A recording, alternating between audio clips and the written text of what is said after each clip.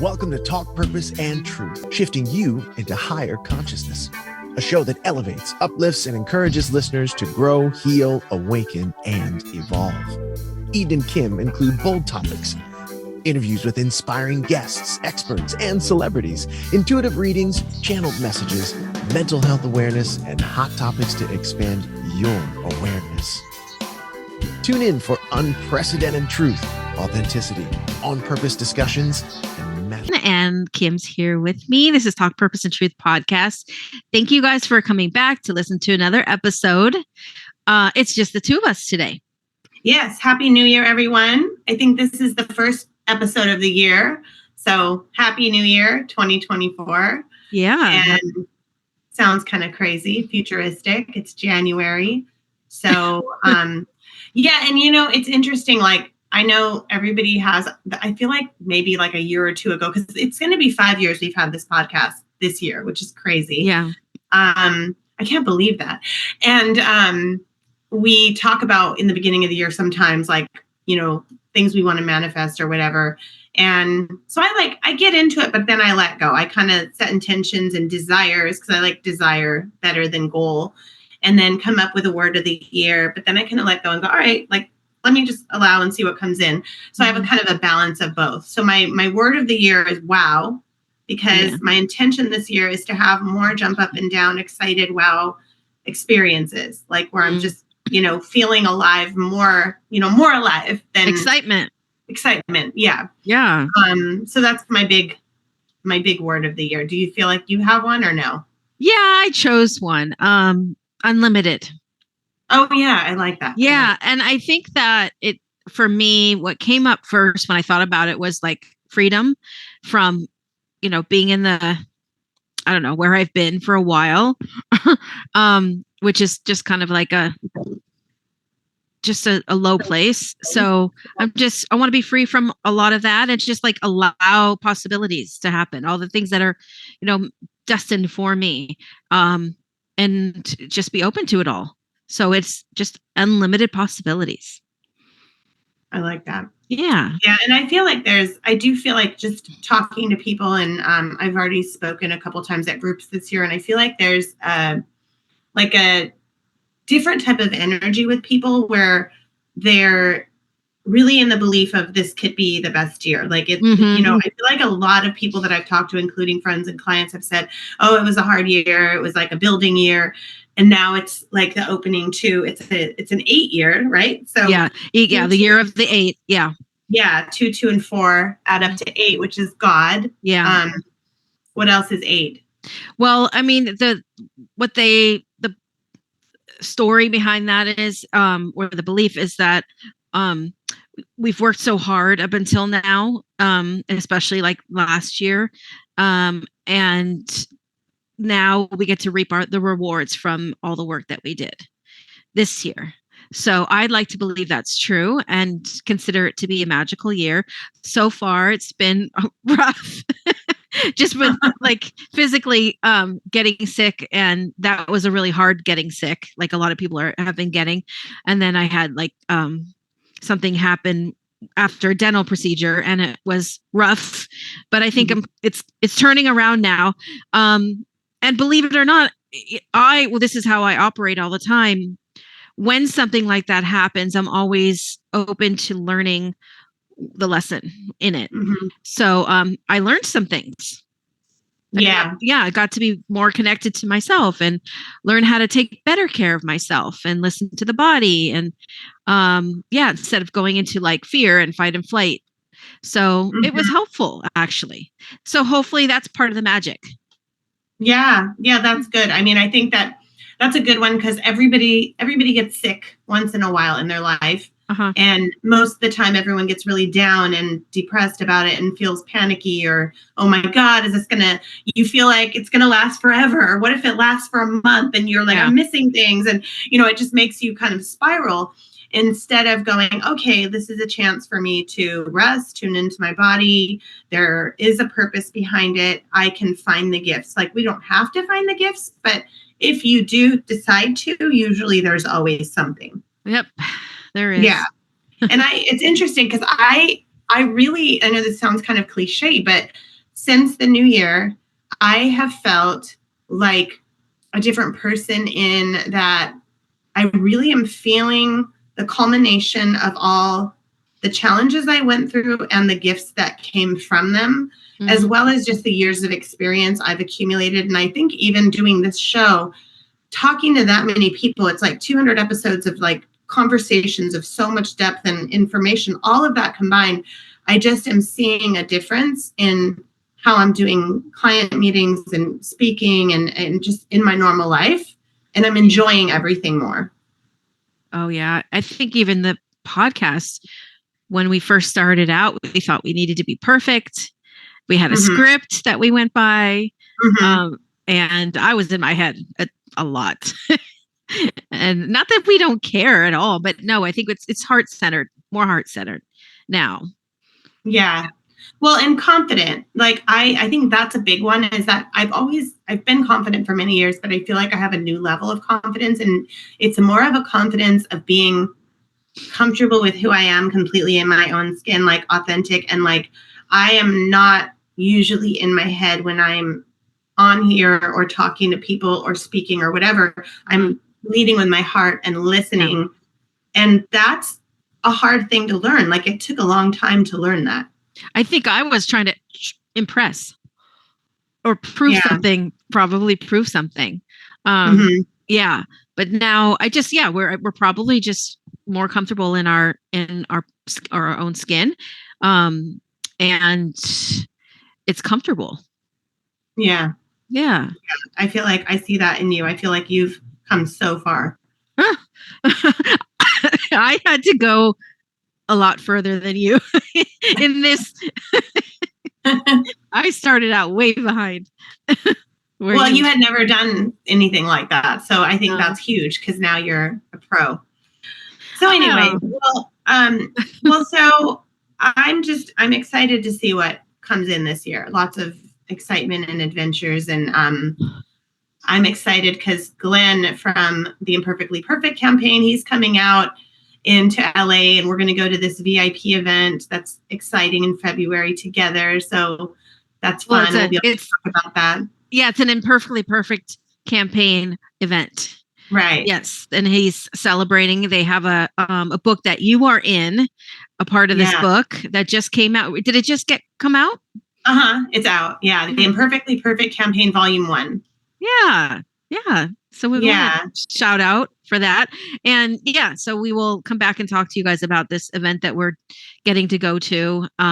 It should be great. We get to dress up and red carpet dressing up. Yeah. So let's talk about, before we go into, we're going to be talking today about some forms of people pleasing and some examples of people pleasing, because I think that's still a top thing with people, and not just regular cliche people pleasing, but trying too hard or forcing things, or what happens when someone ghosts you, things like that. But we wanted to talk about anything current going on, with pop culture or in the news. And one of the things that came up was the Gypsy Rose story. And Eden, I know you followed it a lot more than me. So can you explain it a little bit? Well, I think there's something in her story that is people pleasing as well. That's just one label you could put on it. And it was, there's so many details that are just, it's hard to watch.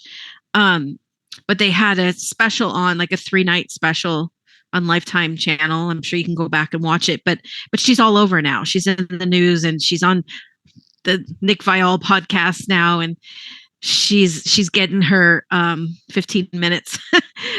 She became famous from what she went through in her life, but basically she went through, I don't remember the age, but from a very young age, she was abused by her mother in the way of, I guess they diagnosed it as, I'm going to see if I can say it right. Munchausen by proxy. Yes. And so it's just, I guess that's just where the mom made her think that there was something wrong with her. And I think for a while she believed it. And then after, I don't know at what age, but I didn't watch enough of it to be able to know these details. So I may be wrong in some of this, but I know that she went along with it.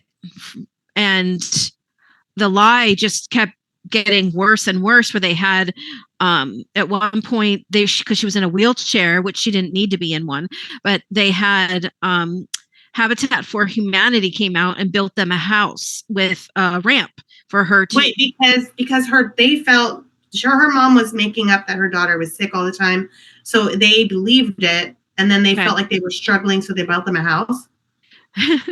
They built them a house. And I Skylar just texted me because she's here on Zoom with us, and she said, no, actually correcting me, Gypsy did not know that it was a lie. I thought there was a point. I thought there was a point that she did know, but I don't know. She thought she was sick? See, that's the Munchausen's.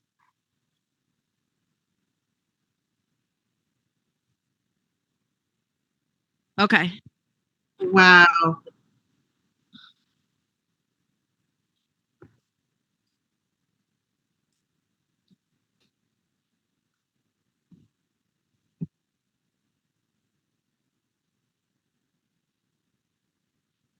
Okay. That's wow.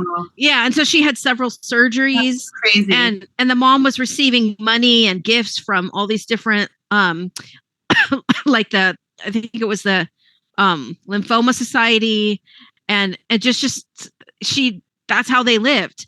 And I think she got older and she tried to escape a couple times, because I think at that point she knew this wasn't right, but she was afraid of her mom.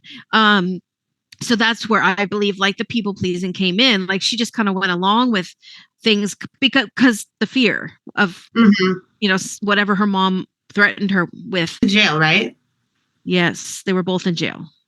And now they're out. Yes, she's out now. That is a crazy, it reminds me of the movie, it's not real, but the movie Bubble Boy. Do you guys know that? Yeah, that's a John Travolta. No. Oh, no, he had one too. Boy in the Bubble. Boy in the Bubble. But he really was sick in that movie. No, there was a movie called Bubble Boy, and it's like hilarious. And it was Jake Gyllenhaal starred in it when he wasn't quite as big, and it has like John Lovitz and all these like funny people in it. Oh. And I think John Lovitz. But anyway, it's about the mom had that, and she pretended he was sick and kept him in a bubble so that he would stay close to her and she'd have control of him. Yeah. And he realized, so he escapes, but he's in the bubble still. And it's just, he thinks he still needs to be in the bubble. Oh. And he doesn't realize. And then all of a sudden the bubble's away and he's like, I'm okay. I don't need to be in the bubble. So it's like in a comedy way. Yeah. But it's still the same thing where the mom, there's probably a lot more cases of that than anyone knows, because it's such a lie that people don't realize or find out till later. It's so strange. Yeah. Well, psychological. Something was obviously off. Right. So that was interesting. Yeah. So we wanted to talk about. Yeah, go ahead. Some examples. We wanted to give some examples of different people pleasing stories. You want to do yours first? So, okay, I have a story with a client. I'm not going to share the name. That was quite eye-opening and fascinating. She learned so much from this reading that I got to do with her. So first, what I channeled for her in the beginning was that she's a really big people pleaser. And she knows that about herself. So it was just a confirmation. And then talking about a little bit, I was channeling more, and it was saying that she's not able to sleep through the night. She just has the hardest time sleeping. So then it brings up, we need to have you look at your childhood. So they bring up a couple different ages. So one was when she was 12 years old. So the number 12 came in and said, look back at 12 and what happened when you were 12. Basically the story around that is that her brother took his life when she was 12. But what came through was that he, at the time, that night asked her to stay up with him all night so that he wouldn't kill himself to keep him alive. And I think she just didn't believe him and or take it seriously, and she was only 12. And she went to sleep. And then she woke up and he passed away. He took his life. That's so horrible. yeah, and so with that, he or she took on, without even knowing, ever since she took on this guilt, that had she stayed up with him, that he would still be alive. And so from that, she became a people pleaser because she wanted to save everyone. Like, it was like this deep seated need to make sure that everybody was always okay. Right.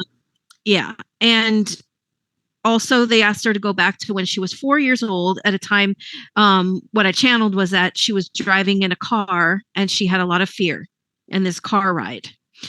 So what happened was, she was driving in a car at 4 years old, and she had, and I also got that there was a name associated with this story, that started with an SH.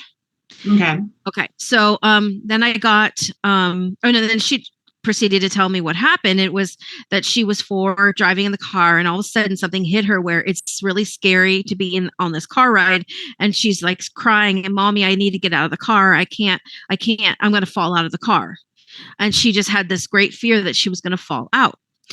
So then mom shares with her that 2 months before she was born, the client was born, she had a cousin. There was a cousin that passed away, who was a young child, from falling out of a car. Wow. Her cousin's name started with an SH. I'm not going to say the name. Yeah. Okay. Wow. And so the cousin was the one that was coming through. And she was trying to acknowledge for this lady that she had taken on her fear. What had happened to her when she died that time in the car and when she fell out. And so it wasn't even hers at all. But she knew, like, for the rest of her life, she had this fear. And the cousin also said to her that you have had this underlying sadness all your life, and that's not yours either. That was hers, and it was because she didn't get to live her life. She died as a child.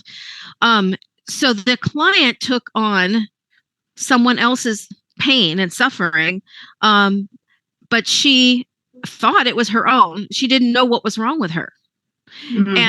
And so she just knew, or didn't even have the conscious awareness of this, but she knew she needed to save everyone she could in her regular life. Yeah. Right. As she grew up.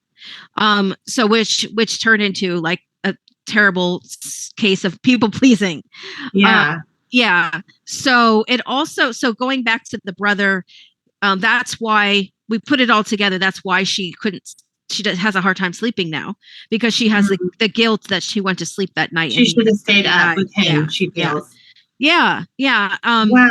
So what was the solution? Like, because it's so amazing that you can, in a session with you can channel, like, basically a therapy session, in that she gets out all these answers, like, and it helps her. And they're very deep that no one else would know or figure out. You know what I mean? No. Because by spirit. Right. And in my sessions, spirit has a really great way of being able to get to the root of what's going on with someone, that most of the time you can go to therapy for many years and never get to that place. So it happens very fast. It could be an hour. In 1 hour, we could get this information that could change someone's life. Yeah. It was like that for my dad, remember? Yeah. He's like, I feel like I went to 10 years of therapy and it was 1 hour. Yeah. Yeah. So for her, she, we talked through, we went back to the inner child and talked through some of that with the inner child, and listened to the inner child, let her have a voice. And when she was able to put the pieces together, it helped her to know, like, okay, I can't just tell myself to stop being a people pleaser. I know it's wrong. I know it's not healthy for me, but the knowing of how to stop doing it was going to have to come from having this knowledge. Oh yeah, for sure. Because now she knows. Yeah. So some of it was like you have to let go, and there's different ways to let go of this, like cut cords with the cousin, whose energy she took on or whose pain she took on. So she had to do some releasing of that. And it could be more than one session. There's all different ways of, doing it with me or with other people, but that now she knows what she needs to do with that. And then she needs to forgive herself for what happened with the brother. So yeah, it was incredible. Yeah. Wow. Yeah. It's interesting with the forgiving yourself, because that I was working with someone that it came up that they, we tried to get to the very, intricate part of what was causing her distress. And she's like, it's regret. And so then I said, okay, but wait a minute, let's figure out what's behind the regret. And it was unforgiveness towards self, and that she hurt herself. And it was just based on like staying with a negative husband. But it could be like this girl could be like she has unforgiveness because she hurt herself by not staying with the brother, even though it was just part of her journey and part of her path, and she had no ill intention. You know what I mean? Yeah, absolutely. Yeah. And it was unconscious. It's unconscious. Yeah. But people pleasing, like that's such a good thing for people listening to do, and any of us to do when we're kind of catching ourselves, like maybe we're people pleasing. Am I?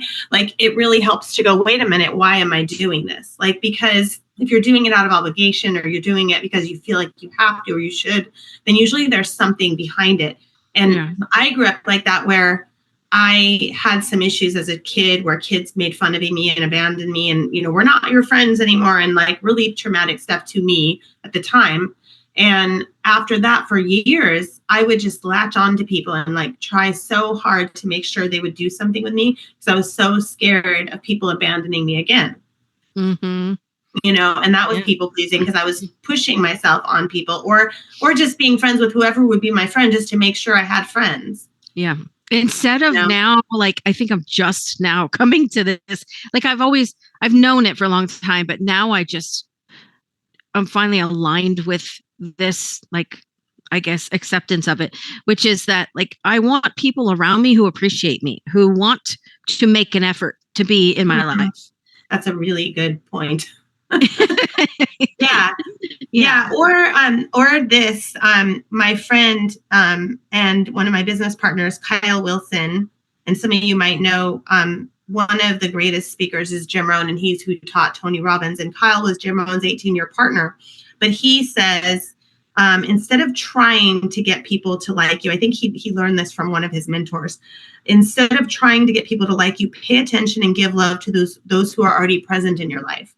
Like, because we work so hard, like we already have those people, so we're fine. And instead of paying attention, then we try to get more people, which not everyone, but that's like a common thing. Like we want to be liked by everyone, instead of like, let me have my 5 close friends and just nurture those, and then see, who comes in naturally, who flows.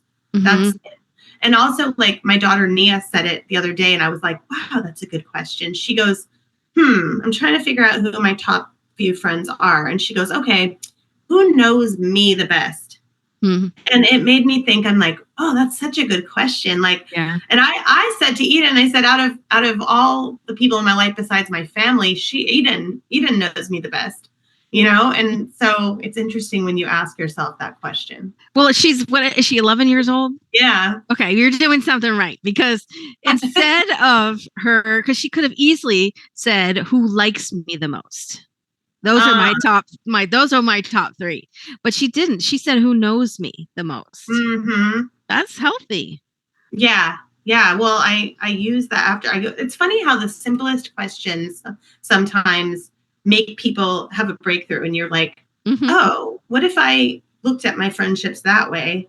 Because obviously if you know me the best, I'm giving you that much time and intimate conversations and stuff like that. Like, so there is some sort of, strong bond there. Like, and so that's how she was looking at it. That's great. I feel like I'm looking at that differently too. It makes me appreciate when someone does make an effort. Like if they just text me and say, how are you? That is a big deal. They're trying. They do want to know. They care.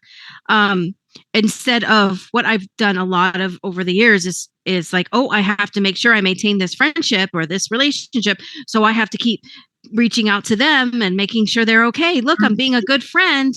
And in the meantime, it wasn't being reciprocated. So I'm different now in that, not that I feel like people have to be at the same level or anything like that, or like have the same um points of view on things, but it's just like, let's be equal as far as like give and take, and putting some your energy in, just as right, much reciprocal energy. like you said, reciprocal. Well, and I think it's not like you have a score sheet and you're like, okay, I texted them 3 times and they only texted me once, forget it. Like, it's not like that. Yeah. But I think it's enough of an ebb and flow, and like where the friendship feels equal, and that you're both making an effort. It doesn't have to be exactly equal, but just enough to where you're feeling right in it. There's not this like, oh, well, they're not responding to me after 2 texts, like they must not care, or they're too busy or whatever. And I think, you might want to have this ebb and flow where you're like, okay, I'm not going to force any friendships, but I am still going to make an effort. So for example, over New Year's, I just felt like I wanted to, or it was Christmas or New Year's, I sent out texts to the people that mean a lot to me. And I just, said Merry Christmas or Happy New Year or whatever. And then I said to some of them, I was like, hopefully we can hang out soon, or let's go to dinner, to certain people. Mm-hmm. And there I feel like I made my effort. So now the ball is in their court if they feel like they want to. You know what I mean? So I'm not going to keep on forcing it and go, hey, you didn't respond. When do you want to go out to dinner? You know what I mean? And I wonder if, I don't see you doing this, but it reminds me of something I used to do. It would be, okay, well, now it's been 10 days and they haven't responded. Oh my gosh, they don't like me. Oh my gosh, they don't want to be my friend anymore. Like, oh no, I haven't even thought about who I kind of forgot who I even texted. Yeah. I used to do that though. I used to think that all of a sudden I would think the worst. And I think we get in the habit of that. Like, overthinkers do that. Like my daughter does that. Like one of my daughters does that, where she'll, like, I'll say something and she'll automatically think like, wait, did I do something wrong? And I'm like, no, like, and she's overthinking. Yeah. Yeah. So okay. I had a client. I have a client people pleasing story as well. And I think a lot of people might relate to this example. So this client, no names, but she actually had 2 examples that a lot of people listening will relate to with people pleasing. So the first one is, she had has a girlfriend for like 40 years, for her whole life almost, like since they were young, and they do everything together and they're very close friends. But she said, she's been evolving and kind of changing and becoming a little bit deeper and like more setting boundaries. And so she's noticing more things if someone has kind of strange behavior or drama or whatever. And this friend has had this habit, she said, pretty much off and on through their whole friendship, where every once in a while she'll just kind of pick a fight and be like, whatever, and ignore her and not tell her why she's angry, and like stop talking to her. And my poor client is going, I have zero idea what I did. I don't know if I said something in the wrong tone, and she's not speaking to me. And so I said, does this person have a trauma? And she says, yeah, she has a lot of trauma. So a lot of times that happens when someone's trying to be in control or maintain some sort of control over someone. Mm-hmm. And that's her feeling of not feeling in chaos, maybe because her childhood or her trauma was chaos. It's not a normal, healthy way, but it's a common thing. So my client's normal way would have been to kind of kiss up to her and go, please tell me what's wrong and let's talk. And what did I do? And she told me, she goes, I realized I didn't do anything and I'm sick of it. And I'm just going to let it be and just see what happens. And then tell her, if she does contact me, that I don't want to deal with this anymore. Mm-hmm. So she's finally stopping the people pleasing cycle. And all these years she has people pleased her and said, oh, are you okay? What's wrong? What did I do? When she knows it really wasn't her fault. Does that make sense? Yeah. That's healthy. Yeah. She's in a healthier place. And there's a lot of people that have that kind of experience. And then the other one quickly is that she has ailing parents. And this one is hard, because if you have someone like a close friend or an aunt or parents or best friend or whatever, who's like passing away or like really ill, and they need tons of attention and care, then sometimes it's sort of like people pleasing, because you're going above and beyond and you're depleting yourself. But so she's doing that for one of her family members. But she says, in this case, I'm very aware of it. Sometimes I get a little bit bitter or, sick of it because it's very hard to be a caregiver. But she's like, what if that person passes away and then I look back and said I wasn't there to help them? So for her, it's very important. So I think in some cases that is kind of a form of people pleasing, but it's a necessity. Yeah. What do you think? I don't know if it's people pleasing actually, because I think it's a good thing to do, like that because I get this a lot with clients that they want to either mend the relationship so that, before the person passes, they don't have survivor's guilt, or, they just want to do everything they can to avoid the survivor's guilt, I guess. But I don't know, maybe that is a little people pleasy. That's a good question. Right. Yeah. Well, I think if it's someone you really love, I wouldn't feel like I'm people pleasing because I'm wanting in my heart to do it, even though I may feel depleted. And I think that's the thing with caregivers is they have caregivers like burnout and they start to accidentally feel bitter about what they're doing, even though they know it's meant to be because they're just so burned out. Yeah. Yeah, that's come up a lot too in sessions where they realize they have to spend the money instead of have it left over for them to get the caregiver so that they don't end up with resentment when the person ends up passing away, because it happens a lot. Yeah. So that they can just have love between them and then let someone else be the caretaker. That's ideal. Okay. Yeah. That's interesting. Yeah. But what if the person doesn't want a caregiver? Because that's a common thing. No, definitely. And they don't maybe sometimes can't afford to get one. And then I see it. A lot of them end up with resentment. Or burnout. Yeah. So I'm curious, like I've asked you before about, you said that when people that have had dementia or Alzheimer's come through, they remember some of the things that people have said to them. And, even though they act like they are not conscious, they are listening. So is that the same? Do you ever have people who passed away of like something where they were pretty sedated on morphine or whatever, and people are talking to them? Do they remember what the people say? Oh, yeah. That's so interesting. Like, I think that's so important for people to know. It's not only because, how do I put this? Because sometimes, and I don't know if some people may or may not believe what I'm about to say, but that they are able to leave the body before their body, transitions. So they're also watching what's happening before they die. That's another way for them to know what took place. Because a lot of times they'll come through and say things like, I know that George was holding my hand and he sang me our favorite song. That happens a lot. So they get to confirm, the events. Right. Circumstances. So, but yeah. Yeah, that's so interesting. Or they remember, like they'll even though they're passed out or like they pass out before they die, they remember like what they were doing what was going on when they were passed out, type of thing too.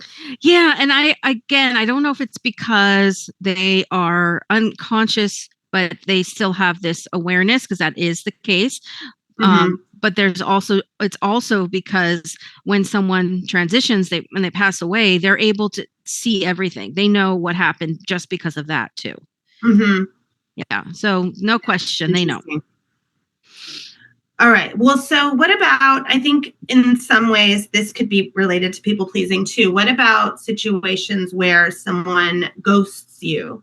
And some people, when that happens, might beg for the person to come back or be so upset and try everything and like feel depressed about it. And then some people are just like, oh, they ghosted me. And maybe even we've ghosted someone, like us talking about this the other day. I thought about it and I'm like, oh my God, I think I've done that to someone because, yeah. because I remember there was someone I was friends with and they started to get very negative and drama and complaining, and it was really depleting. And I tried so hard, like 5 times in a row, and they just were like almost like a different person. And I knew that if I sat down and talked to them about it, they weren't going to change. Like I could just tell. So it was easier to just kind of like start to cut ties and back away. And then I remember I started to kind of go, well, maybe I should give them another chance. And they called me and told me off. And so then that made me go, forget it. Like, now I really don't want to, move forward in this, because they showed me how they still are. So I kind of did that. I don't usually do that. And then I've had someone do that to me. And it was funny, because that person that did that, I had realized that they had been acting really catty and negative and talking crap about people. And I had started to feel kind of like backing away anyway. And then they ghosted me for no reason. I still don't know the reason. And I thought I was going to get really sad. And I felt lighter and better that they were not in my life anymore. Yeah. Well, I didn't get sad. That's good. That's like best case scenario, I guess, when that happens. But most of the time you don't know why they're doing it. And some people just, which has happened to me, you rack your brain to try to figure out why. And sometimes you just never know. You never get to find out. And so how do you handle that? Yeah. Well, one thing I want to say is, there's the belief that when something like that happens, it's the universe saying, like, kind of protecting us, because we are no longer aligned with that person. So giving you space for something else. Yeah. Right? Yeah. To make room for what's meant for you. But it's hard to accept that. Yeah. So it's, I think what's helpful is to be able to look at, okay, what do I need to learn about this? What have I been doing to attract this situation to happen to me? Because we can't change the other person. So, and often that's our go-to. Like, first thing we want to do is try to fix it, or make the other person understand, and try to ask questions. But it's probably the best is to just focus on, okay, what's the lesson in this for me? What, this is going to help me grow. How is it going to help me grow? What do I need to know so I could grow from this? And not hold on. The holding on part is excruciating. So we want to find ways to give ourselves what we need, instead of trying to get it from that other person. So, but it could be like a long process, or some people are more self-assured and confident and know their worth and their value already. And it's not that hard to let it go. But right. when it is hard, it could be because we need to learn how to love ourselves more, and, learn, our worth, what our worth. Like the lesson in that. That's a good point. Yeah. Well, and I think even like what we were talking about with the friendships, like sometimes you might need to cut a friendship or stop it or end it. And you might feel, even though it's for the best and that it'll make your life easier or better, like that person's not aligned with you anymore, you might still go through some sort of grief or guilt or feel weird for a while, like, because suddenly you have space where that person was in your life. That's actually a good point that I overlooked, which is, you still, along with everything I just said, still get to have your feelings about it. And it is something that you might need to grieve. Yeah. Because it is a loss. Right. Yeah. So, I mean, I think everyone experiences different things with friendships, and to realize that we sometimes outgrow friendships, or friendships change dynamics. You become closer to certain people, but I have learned to just really like let go and just go, okay, who do I feel like it's just ease and grace and flow to regularly talk to or hang out with? Who do I feel like it's supposed to be just like once in a while?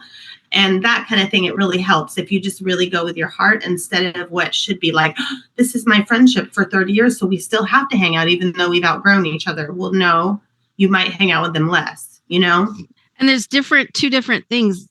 One is like, if you're ghosted by someone and you don't know why, then that's harder to get over.